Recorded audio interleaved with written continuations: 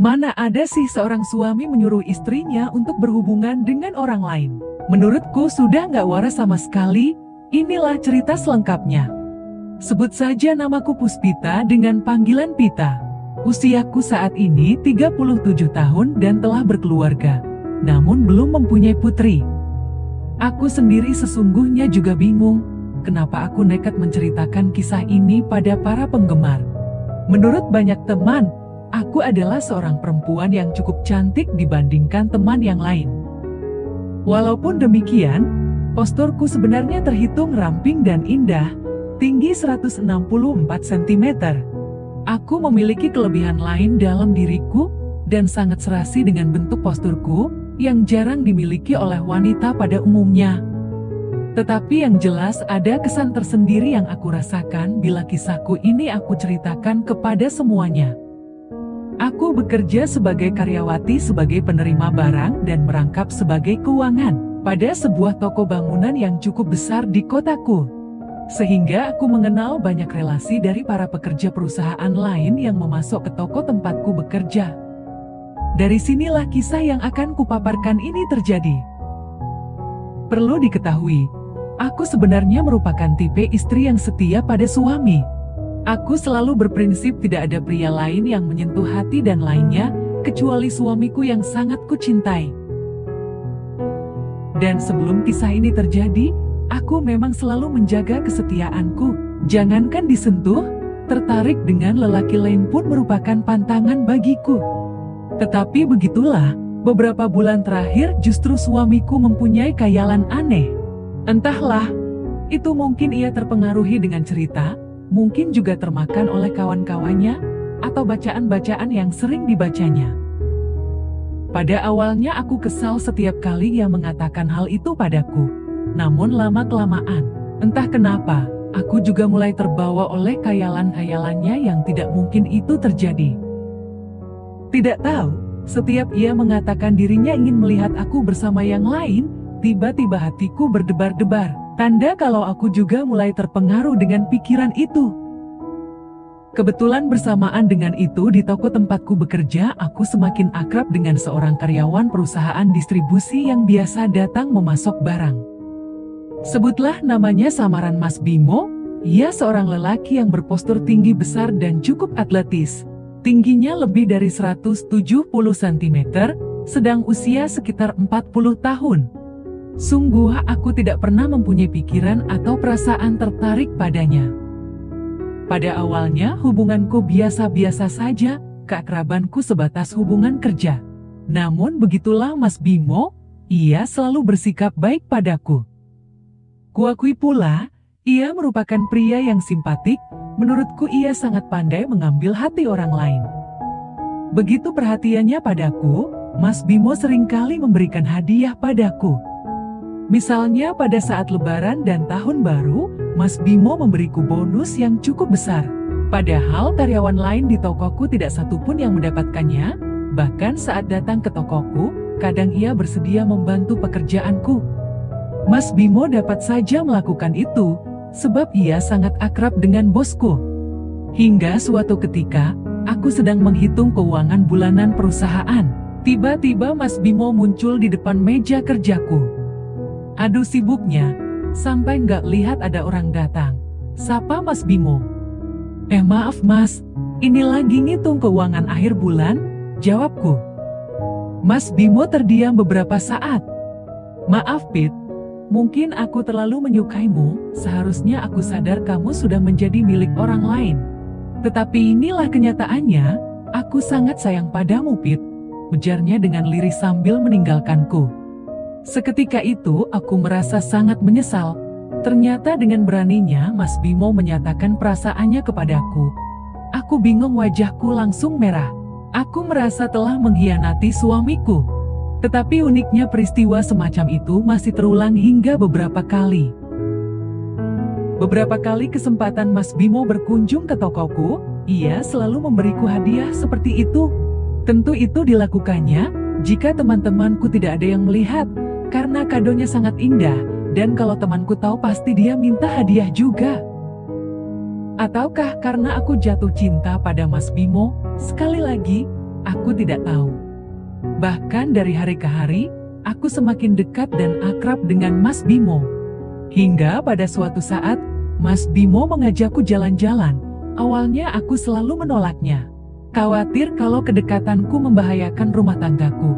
Tetapi karena ia selalu merayu aku, akhirnya aku pun menerima ajakannya.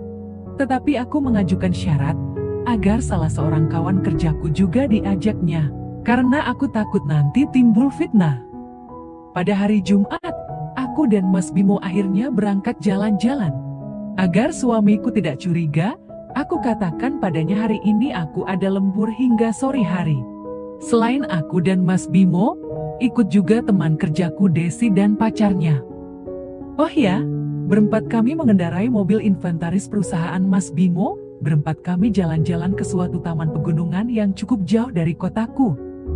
Kami sengaja memilih tempat yang jauh dari kotaku, agar tidak mengundang kecurigaan tetangga, keluarga dan terutama suamiku. Setelah lebih dari 2 jam kami berputar-putar di lokasi taman pegunungan, Mas Bimo dan pacar Desi mengajak makan karena lapar. Desi dan pacarnya memesan meja sendiri, dan kedua orang itu langsung menuju meja makan yang dia pesan. Maklum keduanya baru dilanda cinta. Aku dengan suamiku waktu pacaran dulu juga begitu ya, di aku maklumi saja. Mas Bino juga menyewa satu meja makan di sebelahnya. Dan kami makan sambil ngobrol ke sana ke sini. Mas Bimo sungguh baik, sambil tertawa menceritakan masa-masa muda dulu. Desi dan pacarnya seperti sengaja bersuara bercanda asik hingga kedengaran di telinga kami. Sejujurnya aku deg-degan juga mendengar suara merdu dari Desi. Untuk beberapa saat aku dan Mas Bimo diam terpaku. Tiba-tiba saja Mas Bimo mendekatiku dan menawari buah pisang padaku. "Pit, kamu suka buah pisang kan?" tanyanya. "Sebenarnya mau Mas, aku suka buah pisang, apalagi pisangnya besar, sangat cocok dan pas kalau dimakan. Itu pisangnya manis kan Mas?" ucapku. Harus kuakui Mas Bimo sangat pandai merayuku. Kini aku tidak dapat berbuat apa-apa lagi. Dia sangat pandai mengambil hatiku. Entah karena aku tidak tega atau karena aku sendiri sudah nyaman dengan niat baiknya, aku diam saja ketika Mas Bimo kembali mengambil hatiku. Perasaanku bercampur baur antara gemas dan penasaran. Buah kesukaanku pisang manis yang diberikan Mas Bimo ingin segera aku makan lagi. Aku membayangkan betapa enaknya dan pasti aku merasa kenyang jika pisang manis itu aku makan. "Silahkan Pit, kamu makan, kamu pasti suka," ucapnya. Setelah beberapa menit menikmati buah pisang manis itu, aku pun tersenyum manis. "Pisangnya benar-benar manis ya Mas?" ucapku. "Iya dong, pasti manis lah Pit," jawabnya. Tiba-tiba Desi menghampiriku sambil mengagetkanku. "Hai sudah, ayo pulang," ajaknya. Dengan masih tetap diam, aku dan Mas Bimo segera beranjak pergi. "Hayo lagi, ngapain kok senyum-senyum segala?" kata Desi. "Gak apa-apa kok, kita cuman makan dan minum tadi, dan tak lupa cuci mulut kita makan buah pisang," jawabku dengan perasaan malu. Sementara Mas Bimo hanya tersenyum. "Tenang saja Mbak Puspita, aku janji gak akan menceritakan ke orang lain kalau kita liburan bersama," ujar Desi dengan masih cengengesan. Maka setelah itu, kami masih sering jalan-jalan bersama dengan Mas Bimo. Sementara untuk menyembunyikan itu semua, aku bersikap biasa-biasa saja terhadap suamiku. Sebenarnya itu kan hayalan suamiku, tapi aku enggan bercerita padanya. Kalau aku ceritakan pasti suamiku ingin melihatku ritual sakral dengan Mas Bimo. Namun aku takut menanggung dosa sendirian dan aku akhirnya menceritakan kepada suamiku apa yang sudah terjadi. Dan benar saja, suamiku langsung menyuruh aku untuk mengajak Mas Bimo ke rumah untuk membuktikan pada suamiku.